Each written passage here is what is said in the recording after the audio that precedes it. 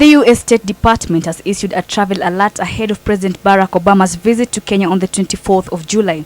Though the alert was not specific as to the nature of the threat to be wary of, the State Department pointed to the high-profile nature of the Global Entrepreneurship Summit as a possible opportunity for terrorists to strike. The alert will expire on the 30th of July after the summit ends. The alert warned U.S. citizens to maintain a high level of security awareness and to get on the Smart Traveler Enrollment Program to receive pertinent safety and security information. Obama is scheduled to visit Kenya for the first time as president and will attend the summit, which runs from the 24th of July to the 26th in Nairobi. Manger. I was actually born on Krypton and sent here by my father Jor-El to save the planet Earth. Is it really surprising that the most powerful man in the world should be a figure of controversy? We, as a population on this planet, have been looking for a savior. We're talking about a being whose very existence they are not telling us the truth. Challenges our own sense of priority in the universe. Human beings have a horrible track record of following people with great power. Power corrupts, and absolute power corrupts absolutely. Chaos. Maybe he's just a guy trying to do the right thing. We know better now, don't we? Be still and know that I am God. Be still and know that I am God. I will be exalted among the nations. I will be exalted in the earth. The Lord of hosts is with us. The world has been so caught up with what he can do that no one has asked what he should do.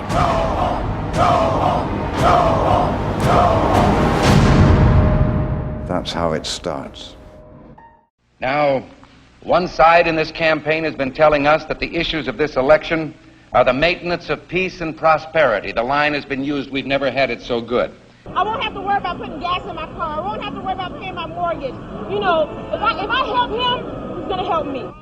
But I have an uncomfortable feeling that this prosperity isn't something on which we can base our hopes for the future. The key point I'm making right now is that the economy is moving in a positive direction.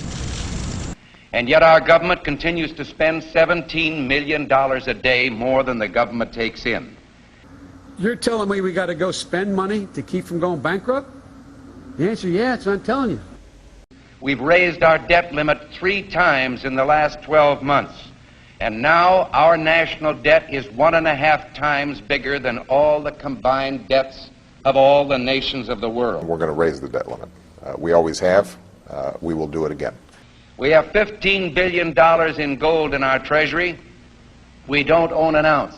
I have been informed that the majority plans to block consideration of this amendment, which is number 1367, regarding the transparency at the Federal Reserve.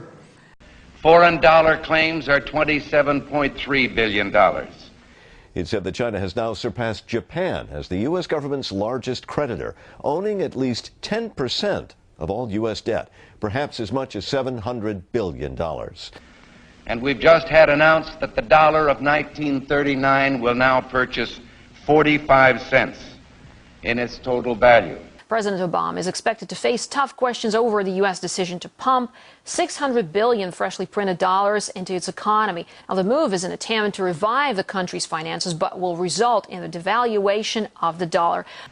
We're at war with the most dangerous enemy that has ever faced mankind in his long climb from the swamp to the stars. We've got to give them a stake in creating the kind of world order that I think all of us would like to see. And it's been said if we lose that war, and in so doing lose this way of freedom of ours, you'll construct a legal regime to make indefinite detention legal. History will record with the greatest astonishment that those who had the most to lose did the least to prevent its happening.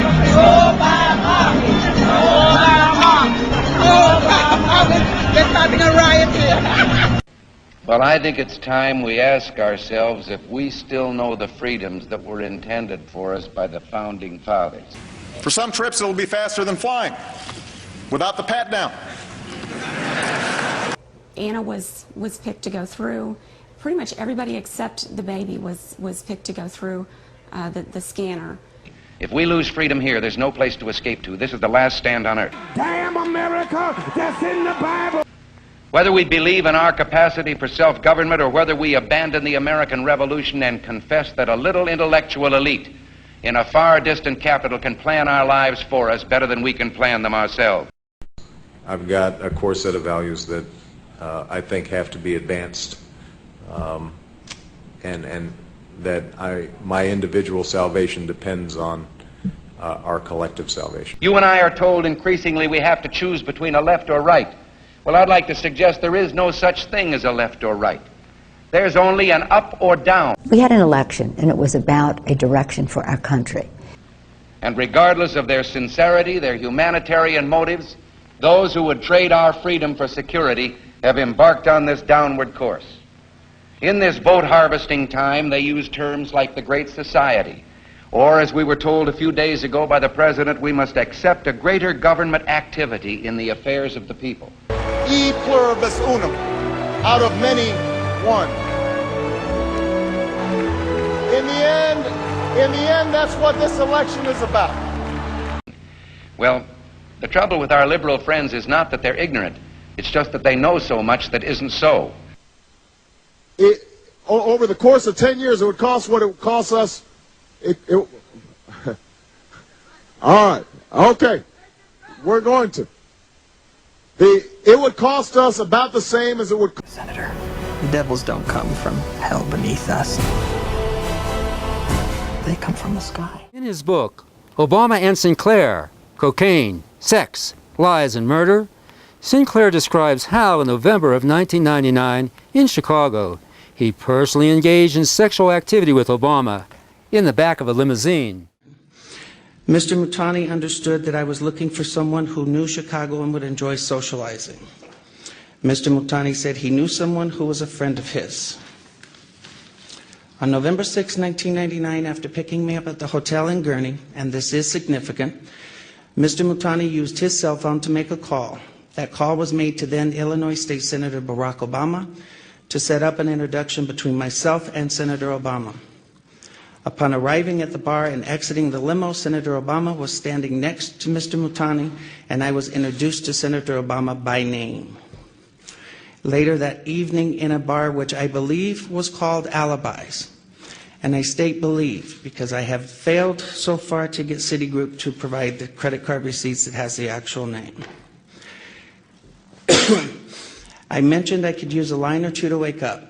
Senator Obama asked me if I was referring to Coke, and I stated I was. After stating I was, Obama stated he could purchase cocaine for me and then made a telephone call. This too is significant, from a cell phone to a presently unknown individual, during which Senator Obama arranged the cocaine purchase. Senator Obama and I then departed the bar in my limousine and proceeded to an unknown location where Senator Obama exited the limousine with $250, which was provided to him by me. Returned a short while later with an 8-ball of cocaine, which he gave to me. I did ingest a couple of lines of cocaine, and shortly thereafter, Senator Obama produced a glass cylinder pipe and packet of crack cocaine from his pocket. Obama then smoked the crack cocaine.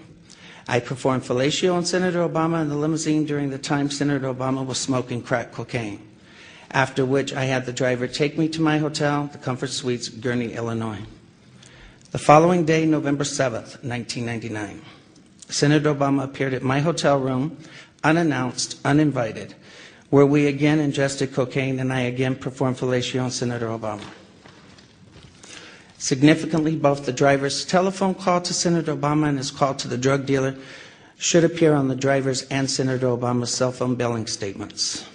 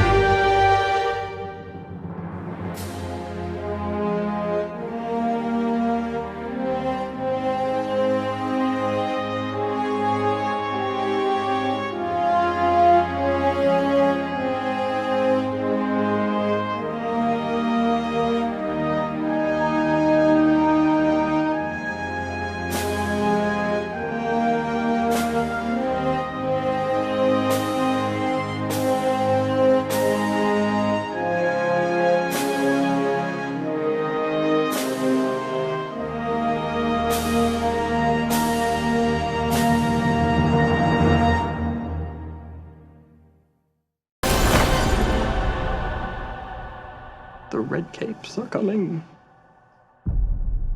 The red capes are coming.